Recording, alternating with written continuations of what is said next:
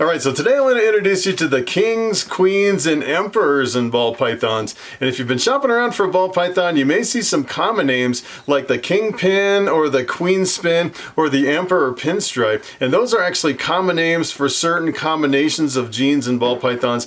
And where it gets really confusing is you can actually have a certain combination of genes with multiple common names. Some of them have like 5 or 6 different common names for the same genetic makeup. So it gets really confusing if you're actually at a reptile show and you see 2 different snakes that look exactly the same. They can have 2 different common names, and in fact they can have the same exact genetic makeup. So what I did is I actually put together a cheat sheet that you can actually just jump to, and if you have anything that mentions kings, queens, or emperors, you can just jump to the cheat sheet and then look up the genetics as far as what is in that ball python. And then after we look at the cheat sheet, I want to go over to Morphmarket and show you some of these different combinations as far as what the visual appearance of these ball pythons look like.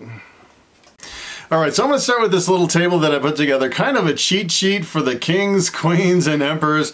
And essentially how I organize this, I put all the common names over on the left side of the table, and then all the individual genes over on the right side. And the first thing you probably notice is there's one gene that all of these have in common, and that is the lesser. The lesser is kind of the one thing that kind of combines all the kings, queens, and emperors. And kind of the weird thing, I just kind of stumbled on this today. Usually, for example, like the kingpin, right here, it actually consists of the lesser and the pinstripe, and a lot of people think that the lesser is the same thing as the butter, but kind of the weird thing is if you actually go over to Morphmarket and search for a butter pinstripe, nobody really labels that combination as a kingpin. It seems like when you're talking about kings and queens, it's always the lesser version of the combination versus the butter version of the combination. And kind of the weird thing I kind of stumbled into today, take a look at this. This is actually down on the bottom, the killer queen bee. I was doing a search for killer queen bee, and it actually pulled up the butter version of the combination,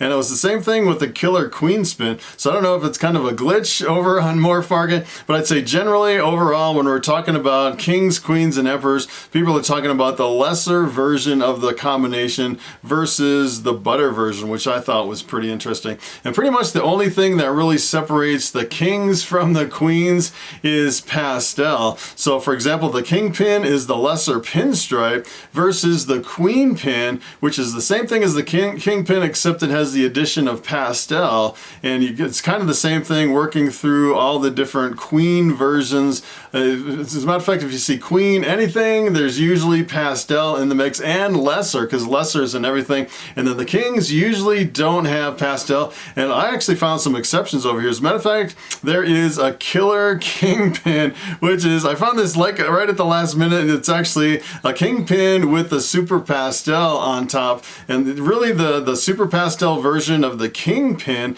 is also called the super emperor pin, so it can get really confusing. So this one right here is actually the same thing as all these names right here. It's pretty much all the same. So for the lesser pinstripe super pastel, you can actually call that the killer kingpin or the super emperor pin, the super emperor pinstripe, or the killer emperor pin, killer emperor pinstripe, all those names. It's actually 7 names for that combination. That gets really confusing when you're kind of digging into what genes are in your combination. It kind of makes your head kind of spin looking at all these different combinations. And kind of the weird thing is if you actually look down at kind of the spins versus the pins. So for example, the kingpin, just with a PIN, that is without the spider. And if you actually take the pin and turn it to spin, the spin means you actually have spider in the mix, which is kind of a key to figuring out what you have. If you're looking at spin, you know you at least have lesser because everything has lesser, and you know you have spider because it's spin, and you can kind of figure it out once you really deep dive into this table and kind of figure out all your different combinations. And some of them, like the queen bee, so for example, the queen bee is not a pin or a spin. It doesn't have pin or spin in the name. It has the queen bee. That means it doesn't have the pinstripe. So everything with pin or for spin has pinstripe in the mix. And after a while, you can kind of look at these and kind of figure it out in your head what exactly the genes are in your combination. So what I want to do is I want to jump over to Morphmarket, and I want to show you some of these combinations and some of the individual genes that make up the combinations. So this is the lesser. This is the gene that kind of merges them all together. This is like the base foundation of all the kings, queens, and emperors. And the lesser is actually in the blue-eyed leucistic complex. And I'd say as far as making a white snake with blue eyes, the lesser is probably the king of combos. You can actually mix it with any gene in the blue-eyed leucistic complex and get an all-white snake with blue eyes. And there's quite a few genes in the blue-eyed leucistic. There's the lesser, the Russo, the Mojave, the Mocha, the Phantom, the Special, the Bamboo. As a matter of fact, the snake that's around my neck at the beginning and end of every video, that is Bobby, my Bamboo. He is in the blue-eyed leucistic. So if you actually bred Bobby with a lesser, you'd get an all-white snake with blue eyes, which is pretty awesome. And here is another gene in a lot of these combinations. This is the pinstripe. And the pinstripe is one of my favorite genes. It's a really bright gold snake. Some of these look really super metallic gold, especially, you know, if you're actually holding them in person. It's a lot different than actually looking at a photograph. Sometimes you can't even realize, you know, how gold and metallic looking a lot of these pinstripes really are just by looking at a picture. It's pretty amazing. And here's what happens if you take the pinstripe and you mix it together with the lesser, you get the kingpin, which is pretty awesome. Essentially what it is it looks almost like a pinstripe, except it really is lightened and enhanced from the addition of the lesser. Really brings in a lot of yellow and a lot of contrast into the pinstripe. Makes for an interesting combination. So here is another gene that's in a lot of these combinations, and that is the spider. And the spider, essentially what it is it kind of has this spider web pattern right down the top of the snake. And let me tell you, some of these spiders can be really super bright gold. Sometimes they can be golder than the pinstripes. They're pretty much the two brightest gold genes that there is. And here's what happens if you actually work spider into a kingpin. You actually get the king spin, and this is kind of an interesting combination. So you notice on this one, it almost has this kind of a xanthic look to it where it washes out all the color and almost gives you, a lot of them almost look like black and white, and sometimes they can have a little bit of color to them. But essentially what that's coming from is if you actually look at the genes, this one consists of the spider and the lesser. When you combine the lesser and the spider together, it almost gives you an axanthic look in most cases. And then you add the pinstripe on top of the spider lesser combination, and it almost gives you like the pinstripe pattern up on the top of the snake. Makes for a really amazing combination. I'd say probably my favorite ones is we're actually working spider into the mix, because a lot of times it'll give you this really clean, bright, defined looking snake. So here is pastel. You mix pastel in the mix, and a lot of times you'll go from the kings over to the queens with the addition of the pastel. And the pastel can be really variable. Sometimes they're super bright like this one, and sometimes they can be pretty browned out. And I'd say most pastels, as they age and mature, they really brown out and fade as they age. So here's what happens if you work pastel into a kingpin. You actually get an emperor. So take a look at this. Take a look at the genes on this one. This is actually the lesser, the pastel, and the pinstripe. So if you actually take a look at the genes, the lesser and the pinstripe is the kingpin, and then the addition of the pastel actually converts it to a queen pin. And the queen pin has multiple names. The queen pin is also known as the emperor, and a lot of times people put like pinstripe on the end of emperor. So it's either the emperor pinstripe, or a lot of people just shorten the pinstripe to pin, so it can be an emperor pin. Also the same thing as the queen pin, which gets really confusing. If you actually, you know, kind of see this for the first time, it kind of just boggles your mind with all these different common names. So here is the super pastel. The super pastel has two copies of the pastel gene, and sometimes it'll bring out a little bit more yellow, but most of the times I'd say it really scrambles up the pattern a lot more when you add another copy of pastel. And a lot of times with pastel you get kind of a little bit of fading right on the ridge of the snake, and usually with the super pastel you get kind of a faded out head right on top. And a lot of times when we're talking about super pastel, people kind of abbreviate that to where instead of saying super super pastel, they'll have like a killer combination. A lot of people say it's killer something, and the killer stands for the super pastel combination. So take a look at this one. This is actually the Super Emperor pin. Now let me tell you, if you're walking up to a reptile show and you look at the snake and it says Super Emperor pin, you're kind of scratching your head. What are the genes in my Super Emperor pin? So if you actually take a look at the genetics on this one, essentially what this is keep in mind that the Emperor was the same thing as the Queen pin, which is essentially what it is. It's a kingpin with the addition of pastel. So the lesser and the pinstripe is the kingpin, and then you add one copy of the pastel, makes it the Emperor, and then you add another copy of the pastel, which makes it a Super Emperor. So this could be, you know, like the Super Emperor or Super Emperor pinstripe, or you can actually abbreviate it to Super Emperor pin, which kind of, I don't know if you're used to these names, but if you're not, let me tell you, it can make your head spin the first time you see it.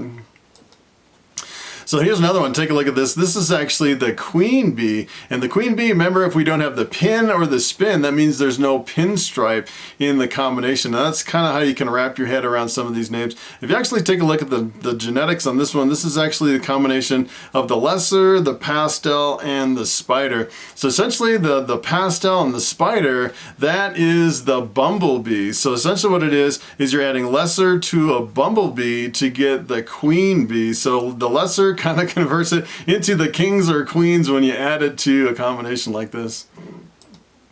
So take a look at this one. This is actually the killer queen bee. So now you may be getting the hang of it, and you know it's queen bee. There's no pin or spin in there, so we know there's no pinstripe. And the killer is for the super pastel. And kind of the further you dig into it and the more you get familiar with these names, the more you can kind of figure out what the genetics are in some of these common names. So essentially this is kind of interesting. I actually came over here and did a search for the killer queen bee, and it pulled this one up. This one's even listed as a killer queen bee, which is the butter version of really what I would consider to be the killer queen bee. That's kind of interesting. A lot of people, as a matter of fact, a lot of people will actually put butter and lesser in the same combination. So if someone searches for like a kingpin, like the butter version of a kingpin, it'll actually search for that version of, you know, the kingpin with the butter. But the problem is a lot of times if you actually list butter and lesser in the same snake and it's not an all white snake, then you know it contains either one gene or the other. And a lot of people will actually list like the butter and the lesser, and then it kind of in the description